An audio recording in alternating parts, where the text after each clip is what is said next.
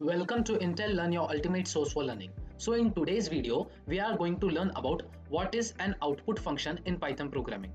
In Python, we use print function as an output function in Python programming. It is used to display the formatted text on the output screen. So let's see with the example how does it work along with its syntax. So the example is in front of you. So output function in Python. So definition of the output function is print is used to display the formatted output on the screen.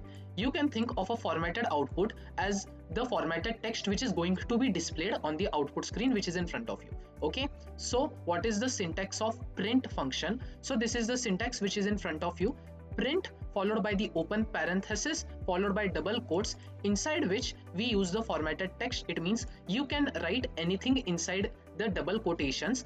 After writing it, it will be displayed on the output screen. Afterwards, close quotations, close parenthesis. So this is the example which we have used.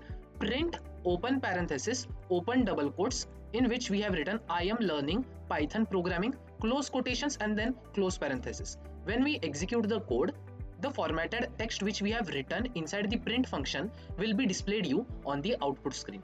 So this is all about output function in Python programming. If you have any doubts, please let me know in the comment section below. Please make sure to like and subscribe to my channel for more programming updates. Thank you.